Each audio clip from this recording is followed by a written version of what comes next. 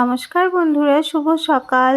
তোমাদের সবাইকে bullish blog and রেসিপিতে স্বাগত জানাই। তোমরা সবাই কেমন আছো? আশা করি প্রত্যেকেই ভালো আছো।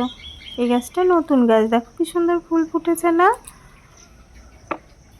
ওটা তো একদম নতুন ফুল ফুটেছে। ওর বেগুনিটায় তো প্রচুর ফুল ফোটে, আর ওই গাছটা কিন্তু একদমই নতুন। তো তাই জন্য তোমাদেরকে দেখালাম, কি ভালো লাগছে। দুটো ফুল, দুটোই ফুটেছে আর কি আজকে গাছে।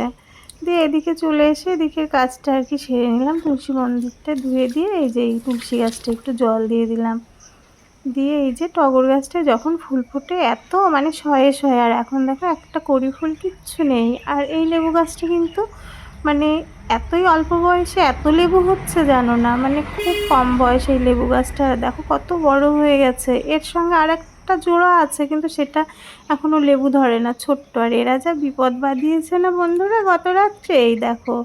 আমি তো জানি না সোনার বাবা সকালবেলা যে ঘুমের থেকে উঠেছি, আর আমি তো খুব সকালে 5টা নাগাদ ঘুমের থেকে উঠেছি, বলছে দেখো তোজো মানে ওদের মা বেড়াল, আমাদের বড় বেড়ালটা একে ধরে নিয়ে এসেছে। দেখো চোখও ফোটেনি, আর এই ডানার কাছে কামড়ে দিয়েছে। কি বিপদ বলো তো। আর যেই ঝুড়ি চাপা দিয়েছে, ওরা মনে হয় ঝুড়ির থেকে বের করেই মানে ওকে মারবে। তো ওদের নিয়ে অনেকটা টাইম চলে গেল জানো তো। আর ওই পাখির বাচ্চাকে আমি একটু জল খাওয়ানোরও চেষ্টা করলাম, তো 2-1 ফোঁটা জল খেলো। আমার মা বললো একটু বিস্কুটের গুঁড়ো দিতে, তো বিস্কুটের গুঁড়ো দেওয়ার চেষ্টা করলাম, মানে খাওয়াতেই পারলাম না। কি বলো তো, ভালো মনেই সকালে ঘুমের থেকে উঠে আর কি ঘরের থেকে বেরোনো হয় ঠাকুর প্রণাম করে, কিন্তু বাইরে গিয়ে দিনটা ভালোও কাটছিল। তোমাদের গাছগুলো দেখাচ্ছিলাম, তারপরে যে এই তুলসী মন্দির টন্দির ধুয়ে এদিকে এসেছি, সোনার বাবা বলছে আর কি ওই কথাটা। আর ওই যে মানে পাখির বাচ্চাকে দেখলাম, আর মনটা না ভীষণ খারাপ হয়ে গেল। যত যাই বলো, মানে দেখবা এখন ওই মনের মধ্যে ওটাই ভাসবে, ওই পাখির বাচ্চা কোথার থেকে যে নিয়ে আসলো। আর আমাদের বাড়িতে কি বলো তো, অনেক পাখি এদিক ওদিক দিয়ে কিচির বিচির করে ডাকে। ভয়েস দেওয়ার সময় দেখতেও পারবা। আবার আমি মাঝে মাঝে যখন খুব সকালের ভিডিও বানাই, তখন দেখবা পাখিদের কেমন মানে কলরব চারিদিকে। মানে আমাদের বাড়িতে কোথার থেকে নিয়ে এসে মাঝে মাঝে জানো তো বড় পাখিও নিয়ে আসে।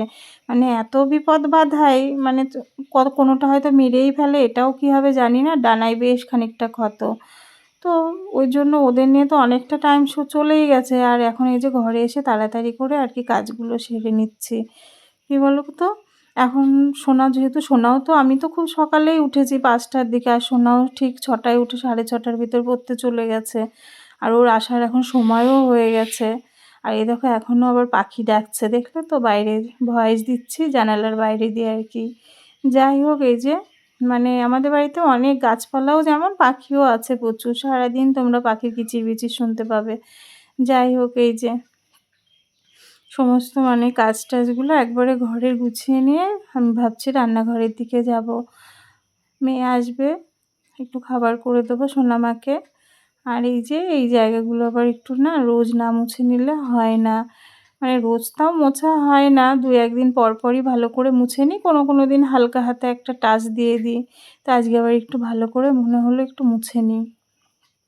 কি বলো তো, এখন গরমের সময় ফ্যান ঘুরলেই দেখবা খুব ধুলোবালি পড়ে।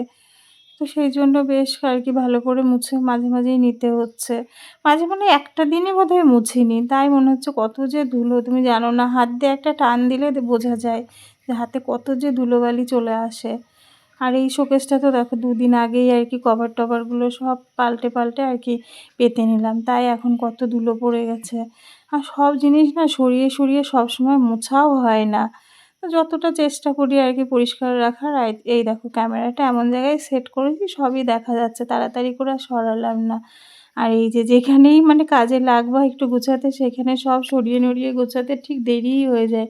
সোনার আলমারিটায় হাত দিলাম, তো এই যে জামা কাপড়গুলো তো তাড়াহুড়ো করে পরতে যায়, টান দিয়ে নেয়, ঠিক অগোছালো করে ফেলেছিল। সেগুলোকে আমি আবার বের করে পাট করে গুছিয়ে রাখলাম।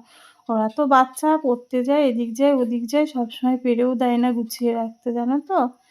তো আবার সব এই যে গুছিয়ে আর কি পরিপাটি করে রেখে দিলাম। তো এদিকটা তো সব গোছানো হয়ে গেল। আর এই যে সোনা পড়ে চলে এসছে।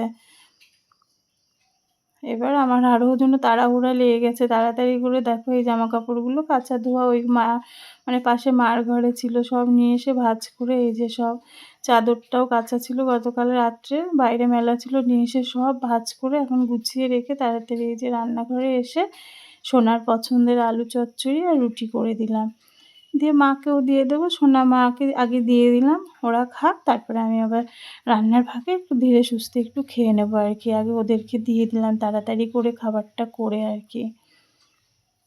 আর এই যে সোনা মা একেবারে ঘেমে চেমে অস্থির হয়ে গেছে।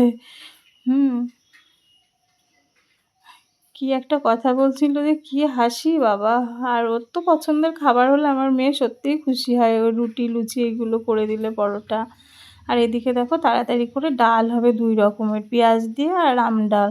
তো প্রেশারে না আমি ডালটা একটু সিটি দিয়ে এই যে সর্ষে আর শুকনো লঙ্কা ফোড়ন দিয়ে ডালটা এরকম আমদে করে নিলাম, টক ডাল। আর এইটা এই যে কুমড়োর ডাঁটাটা না মা গতকাল রাত্রে কেটে রেখেছিল, ওই জন্য কাজটা অনেকটাই আগিয়ে আছে। সে কুমড়োর ডাঁটা দিয়ে এই যে একটা তরকারি করব বড়া করে, মটরের ডাল মুসুরির ডাল পেস্ট করে নিয়ে 5 ফোড়ন দিয়ে ডাঁটাগুলো দিয়ে দিলাম, দিয়ে দেখো বেশ ভাজা ভাজা করে নুন হলুদ দিয়ে তারপরে পরিমাণ মতন জল দিয়ে চাপা দিয়ে দেবো ডাঁটাটা সেদ্ধ হওয়া পর্যন্ত, জানো তো।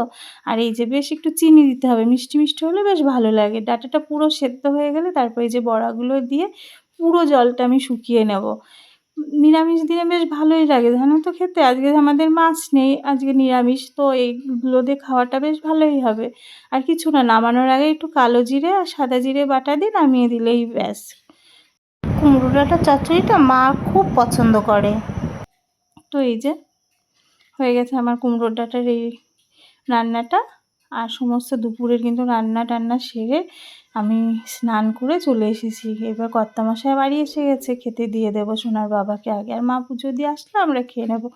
তো আমার ভিডিওটা আজকে এ পর্যন্তই বন্ধুরা। কেমন লাগলো অবশ্যই কমেন্ট করে জানিও, আর পারলে আমার চ্যানেলটাকে সাবস্ক্রাইব করে দিও। টাটা।